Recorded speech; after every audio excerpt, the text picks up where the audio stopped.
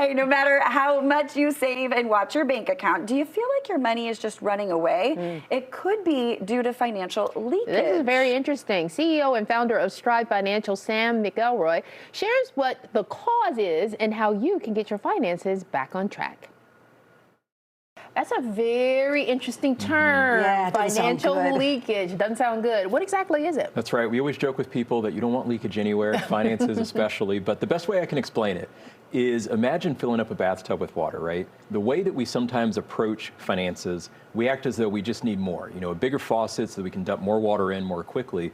But we all know practically that step one to taking a bath is you close the drain at the bottom, right? And if you do that, you don't necessarily need more water to fill up the bathtub in the same amount of time. Well, the same thing is true with your finances. There's areas where we're losing money unknowingly and unnecessarily. And if we can identify those and close that drain, we can be more effective with the resources we have. What are some of the more obvious areas where this leakage is actually occurring? Yeah, it runs the gamut all over the place. So it can be little things like, signing up for free trials and then you forget to end them, and so you have a lot of money that you're spending that you're not even getting a benefit from, all the way to more complex things based off the system and how you're the different areas of your finances are working together. So you could be doing something, trying to maximize your investments, but unknowingly you're having an impact in taxes or an impact in healthcare. So it's about understanding how the pieces fit together to tell your complete picture. All right, so that's where your integrated financial planning comes in?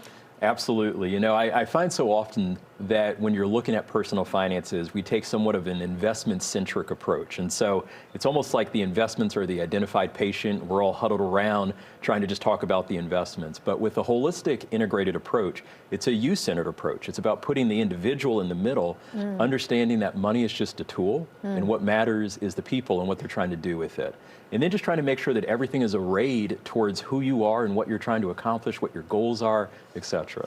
Do you think people many times are penny safe, pound foolish, doing something in the short term that's long term against them? I think that happens all the time. I also think that we want to try to find shortcuts to some degree. So we want the sound bites from our friends. Oh, I heard something at a party and they did this and maybe I should do this, but we don't realize that even if we're very similar to somebody else, our best friend, for example, or a sibling, the slightest nuance in our situation makes what's a great strategy for them not necessarily a great strategy for us. All right, can you talk about maybe an example of where you were able to help someone by plugging this financial leakage? Yeah, absolutely.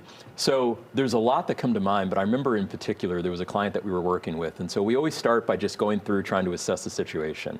And this individual was so focused on tax mitigation that they didn't realize that what they were doing to try to mitigate taxes was actually having an impact on their Social Security, on their Medicare premiums, on their cash flow.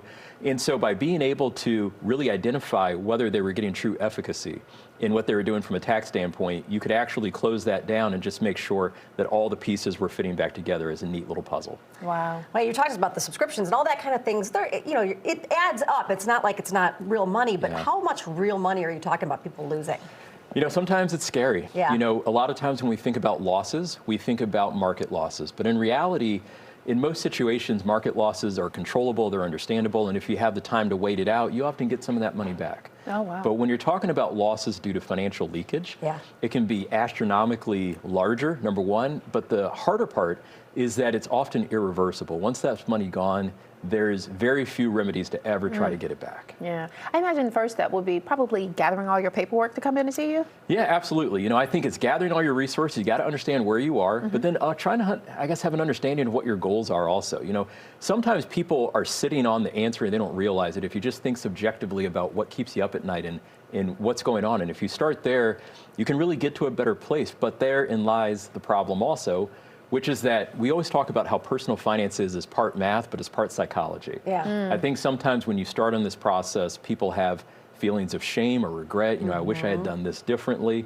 But we have to recognize that everybody's in that situation, right? We all think that other people are better off than we are. But if we can kind of overcome that psychological barrier, just start to look at it critically, use a process and a framework that allows you to investigate this in a meaningful way, you can really get to a better place. Well, I know some people, when you're talking about finances, kind of feel stupid, too, because they don't know everything that's available to them. But that's your job. That's why we go to people like you. That's exactly right. You don't have to know all the terminology. You don't need to be up on all the latest trends and all the other pieces. All you really need to know, and the best place to start, is just have an idea of where you want to be. It's a simple question of, you know, it doesn't quite work this way, but if there was a magic wand and you could imagine yourself a year from now, 5 years from now, 10 years from now, if you can just paint a picture of what you want it to look like, then it's the job of the advisor to create the transportation to get you there.